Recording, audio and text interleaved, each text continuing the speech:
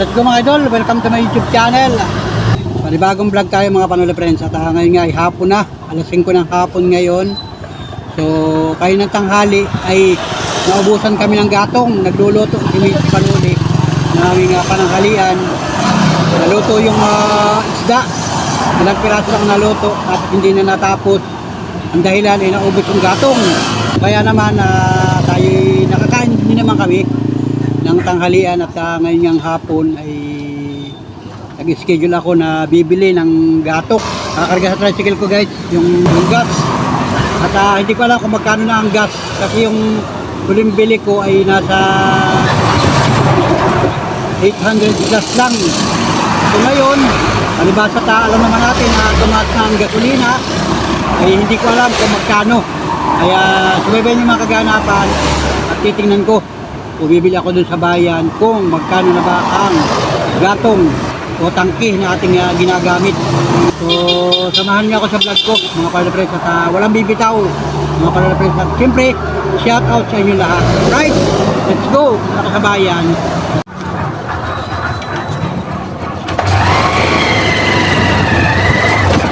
So let's go guys at pupunta ako sa bayan at tayo ay bibili nga ng gatong ang ating panluto o yung gas. Ayun, wait lang guys. At tayo ay papunta raw kay Jello para malaman natin kung magkano ba. Nagdala ko ng pera na 1.3 kasi yun yung budget natin. At kung magkano ay di malalaman natin dun kasi hindi ko ma-sure kung magkano kasi nga ay halos ay magdadalawang buwan na hindi ako nabili nito. Ang dahilan ay siyempre ginagamit natin yung gatong at tayo naman ay matipid sa gatong yun, kaya talagang kailangan ay magreserba.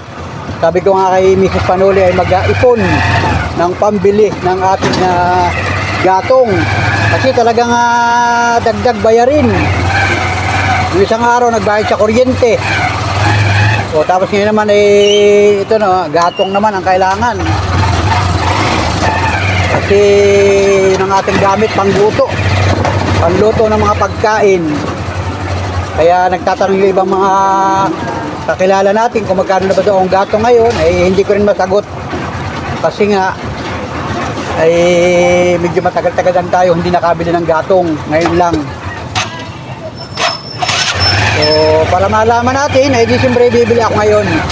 At kung magkano yung price yung sabihin, ayun na yun. Wala tayong magagawa. So, abangan ninyo guys, at malapit na tayo sa ating bibilihan. Okay? Okay. May Jello.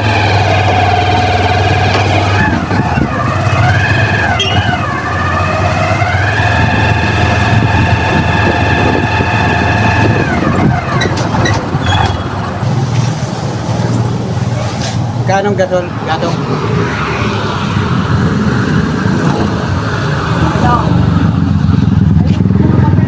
Wala nga tulog eh. At ito sa buko, pagkatapos ka ng animal. Sa diversion ng punta, gano'n ba? 12.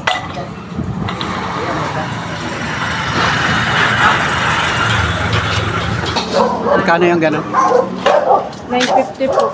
50? Ay.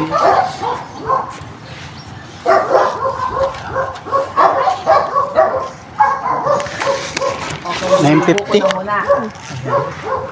Pagano ng papel?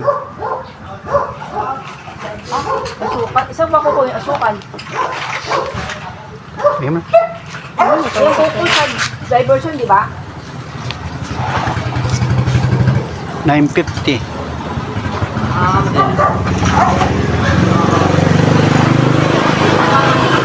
Marami namang stock dito. Yun eh. Yan pa sa truck.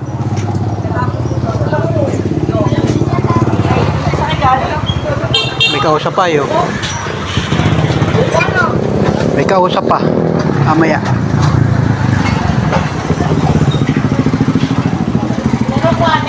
Bayad na.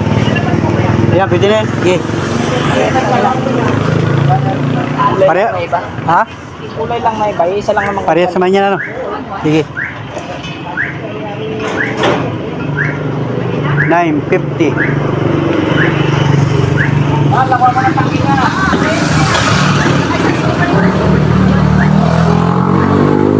Ayun guys, at update kayo sa presyo. 950. Tumas ba? Tumas nga ng konti. Yan. Ayan yung kulay asol na. Yung salis. So yan yung available na ating ginagamit na gatong. Dito rin lagi ako nabili sa kay Gilo. Ayan o, maraming delivery dito. Diba? Let's go guys, para update kayo sa presyo. Talagang tumataas kahit paano. Kasi nga yung gasolina ay mataas na. Kaya naman ayun, tumaas na talaga. Wala tayong magagawa, ay talagang kailangan bumili ng gatong. Kasi para makapagluto. So, alright mga idol, at ito nakabili na tayo. Galing kay Gilo. Nagbili tayo ng gatong at pumunta ko dito sa paradahan ng tricycle. At tayo ay hahanap ng pasahero. Ayun. Dito ako sa lugar. Tingnan natin kung may sasakay. May pila-pila ng tricycle dito ay. O, pakita ko muna sa inyo yung ating tangki ng gatong. O, ito. O, yan yung ating pangalan. Medyo okay naman yung tangke. Bagong pintura. May silyado. Ibig sabihin, pag may silyado na ganito, ay bago. Yan o, may mga silyo yan. Yan ang palatandaan. O, ay, malog pala. Pambirang buhay. So, yan yung palatandaan na may laman pa. Ngayon. At ito nga yung tangke. Kanina ay kulay pula. Pero parehas sa same brand. Kumbaga, pag minsan kulay pula, minsan kulay dilaw, minsan kulay asul. Yun, iba-ibang tangke ay pagka minsan kasi nagkakaubusan, ibang tangke na naman. Doon lang lagi ako nabili kasi pagka ganyan mga tangke at medyo luma na yung iyong tangke at minsan hindi na tinatanggap. Kung may mga pagkakataon na ganun guys, pagka yung iba-ibang binibilan mo, iba-ibang tindahan, minsan maakti sila. Titingnan kung luma na yung iyong tangke. Kaya doon sa may mga luma ng tangke na mga ganyan, halimbawa na-stock na sa bahay ninyo, ilang buwan na o ilang taon na kayo hindi nabili, pag bumili uli kayo, minsan ayaw nang tanggapin yung tangke. At anong nangyayari pa pagka minsan ay tatanggapin nga nila pero magbabayad ka uli ng kung magkano, halimbawa may mga portion na kayo, may mga pagkakataon na gano'n, parang isa-swap, papalitan ng bagong tangke pero magdadagdag ka. May mga gano'n kasi nga dito sa amin sa probinsya ay iba-iba ang brand. Yun namang iba na gasol na mga magagandang brand, halimbawa yung gasol o Petron, talagang solid yun, medyo mahal yun, mahal ang price nun guys, mahal ang presyo. Yung Petron saka yung gasol, iba-iba ang presyo. Saka yung sulin, iba rin ang presyo nun. So ito ay mumurahin lang ito. Kaya, so ito naman ay may isa tumatagal sa amin ng 2 buwan. Isa naman pag napadami ang luto, minsan 1 buwan kalahati, ganun. Kaya minsan ay tinitipid, lalo na pagka walang maluto. O, halimbawa ay init-init ka lang ng tubig. O pagka minsan katulong yung rice cooker, di ba? Si Mrs. Panuli naman ay merong rice cooker, kaya minsan tumatagal yan. Pero pagka minsan, pagka maraming pambili, lalo na pag may pambili ng ulam, aba, maraming lulutuin. Pambirang buhay, di ba? Alam na siguro ninyo yan pagka mga ganyan ang mga tangke. Yan. So, ayan. Salamat mga Panola Friends at siguro naman kayo ay bumibili din yan. O sa ibang bansa ba mga kababayan? Sa Italy at saka sa Florida, USA. Meron din bang mga gantong gasol na binibili ninyo dyan? O magkano na dyan sa inyong lugar? So ayun, update kayo. At bagong bili ko nga itong gatong na ito. Kung nasubaybay niyo yung vlog ko, ang presyo ngayon yan ay 950. Oh, medyo mura. Kayang-kaya pa rin, kakayanin. So ngayon ay March 22, alas 5:30 ng hapon, araw ng linggo. O yan, matatandaan natin yan guys. Dati-rati nung ako yung nabili niya, nung bago-bago pa yan, nung bago-bago pa kami nagkakaroon ng ganito na tangke, nilalagyan ko ng pizza, tatandaan ko. So yun, minsan nga tumatagal siya ng minsan 2 buwan. So ayun, nagsawa na rin ako maglagay, kaya yun, ganyan na lang. Basta pag nakikabit ko na yan, marunong naman ako magkabit, ay di gagamitin na siya. Luluto-lutuan na siya hanggang sa sasabihin nila sa akin ni Mrs. Panuli na uubos ng ating gatong, bibili naman uli. Kasi may nagrarasyon ng ganito. Kaya lang yun nga, sabi ko sa inyo, iba-ibang tindahan, may mga nag-o-offer free delivery sa mga bahay, ay medyo mahal, may patong na. So tayo naman ay meron tricycle, meron naman tayong sasakyan, at araw-araw naman ako ay pumupunta sa bayan, papunta dito sa aming barangay, ay ako na mismo ang bumibili para personal ko nang malaman kung magkano talaga yung price niya. Di ba? So kasi yan ay 950. Kung yan ay ipapadeliver mo pa sa inyo, baka yan ay 1,000 na. O, di ba? Kaya medyo nakaka-minus din tayo sa mga ganyang pagkakataon na tayo naman ay araw-araw ay bumabiyahe ng ating tricycle. So, salamat. Thank you for watching mga idol. Salamat sa inyo at dito muna ako, mag-aantay muna ako ng sasakay para hindi naman tayo lugi sa ating biyahe. At mamaya ikakabit ko sa bahayan pag uwi ko para makapagluto na uli si Mrs. Panuli nung kanyang hindi naluto kaninang umaga o kaninang tanghali na ating ulam pampamilya.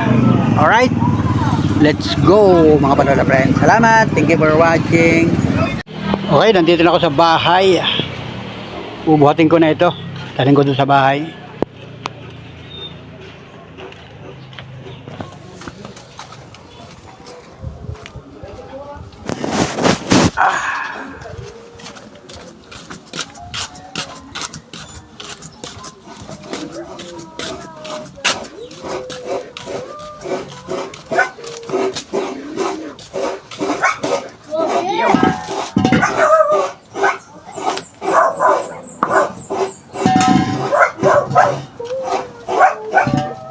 Yun.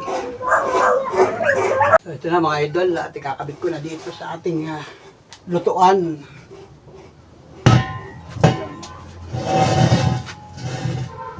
Para tayo ay makapagluto na.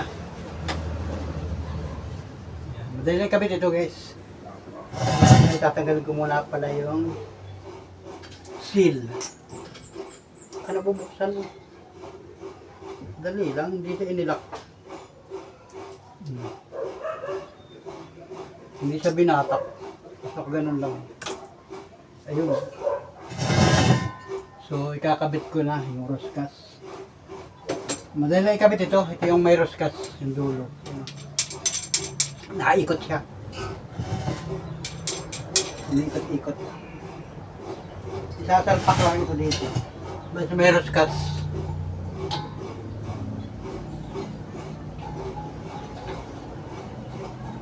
Yun o. Madali na siya. Ikot-ikotin lang. Tapos pag nakahigpit na, mahigpit na siyang ganyan. Kamay lang o. Lumalaban naman siya o. Ayun, mahigpit na. Isa pa. Ayun, mahigpit na o. Ayun, mahigpit na siya. Normal na siya guys.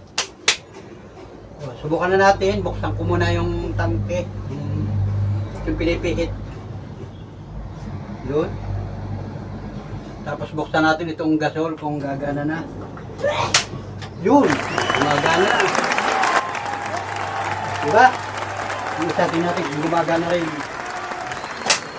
Yun! Gumagana na. Okay. Patay natin yung tangke.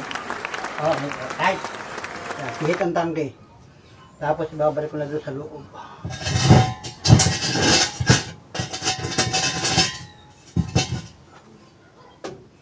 Oh, yan. Okay na yan. Mahigpit na siya. Yan.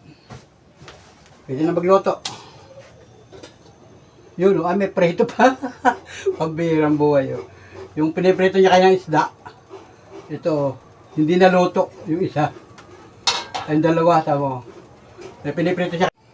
So, ayun guys. Ito nga yung piniprito kanina. Hindi natapos lutuin. Ang dahilan ay naubos na nga yung gatong. Ano, may 2 piraso pang isda. Hindi natapos lutuin kanina kasi naubusan nga ng gatong. So yung iba namang isda ay naluto na.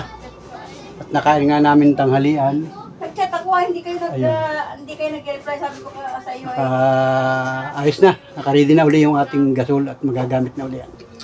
At para maya-maya ay magluluto na naman si Mrs. At hapon na nga ngayon. So malapit na mag-alas 6 ng gabi. At tayo ngayon nandito sa bahay at yun, bumili tayo ng gatong. So salamat sa lahat ng mga nakatutok at nakasuporta, nakasugaygay, nakasubaybay sa ating vlog.